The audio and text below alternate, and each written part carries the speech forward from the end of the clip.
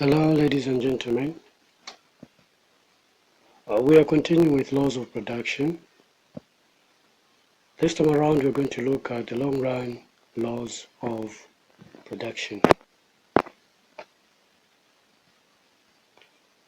So one of the things that we're going to cover in this topic, that is, we're looking at the subheadings. We're going to look at the returns to scale. We'll discuss constant returns to scale, increasing returns to scale, and diminishing returns to scale. So all these laws apply in the long run. It's important that we understand that when we talk about the long run, all the factors of production are variable. So to increase production, you have to change all the factors of production. That is, you have to increase them and then increase production or output.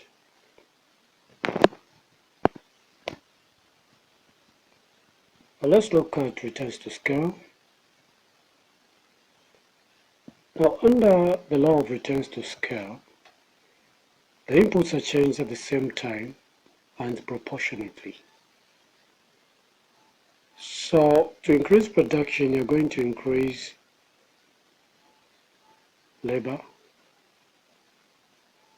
capital, land in the same proportions under the same time, that is in the long run. So the factors of production are all altered at the same proportion. And like I explained, all factors are variable, and this applies to the long run. So we need to bear that in mind. The laws we're discussing are laws that apply in the long run. Let's look at constant returns to scale. The constant returns to scale apply when output increases by the same proportion as the increase in inputs. That is to say, if you increase inputs by 1 unit, that is across the board, that is to say land, labor, and capital increase by 1 unit, then you expect the output to increase by the same proportion as you increase these factors of production. So when you have such, then you refer, or you have what is referred to as constant returns to scale. So the output increases by the same proportion as the increase in the inputs. So all the factors of production are increased in a particular proportion. Then output increases in exactly that proportion. But we need to understand that even the function of production exhibits constant returns to scale when this happens. Okay? So let's look at some of the production function for the constant returns to scale. So this is the production function that we have for constant returns to scale. Like you can see, you have labor and capital. Of course, labor is represented by L, then capital is represented by K. Okay?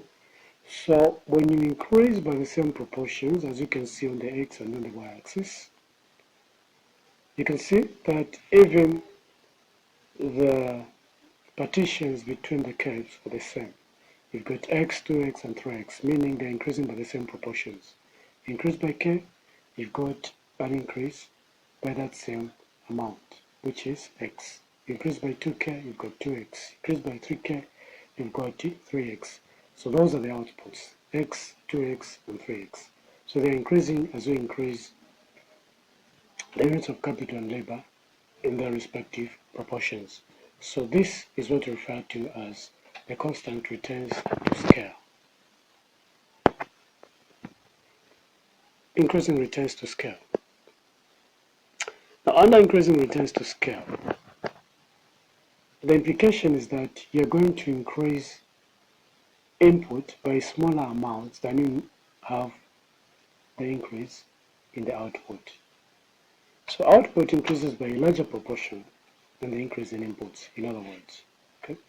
So all factors of production, just like for constant returns or to scale, if they increase by the same proportion, then the output increases by a proportion that is more than the increase in the input.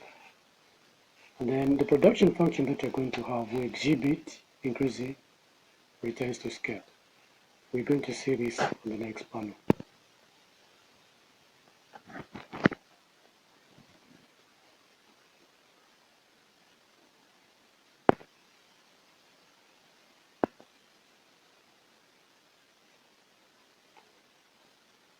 So like you can see, this is a representation of increasing returns to scale. I've already explained what K and D stand for. You can see that you have x, then you have 2x, and you've got 3x. Okay? So, for every increment that you make, you've got a more than proportion increase. Okay? In the output. That is why there is a greater sign symbol for input. You've got greater than x, then greater than 2x, greater than 3x. The implication is that you're going to have more output compared to the inputs of capital and labor that have been increased. Okay? So this is a production function for increasing returns to scale. Let's look at diminishing returns to scale. For diminishing returns,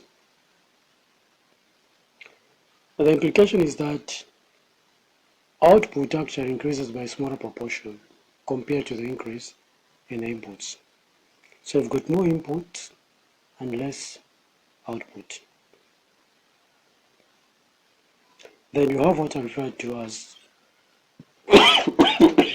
excuse me, diminishing returns to scale. And this is the production function for diminishing returns to scale. I'm sure it doesn't need a lot of explanation. You can see that we've got output represented by less than x, less than 2x, and less than 3x. So for every increment you make, you've got a less than proportion increase in output. So I'm sure we followed through this lecture, and I'm sure we do have an understanding of what is meant by returns to scale, diminishing, increasing, and constant returns to scale. So this actually marks the end of our lecture. I hope to see you next time. Bye.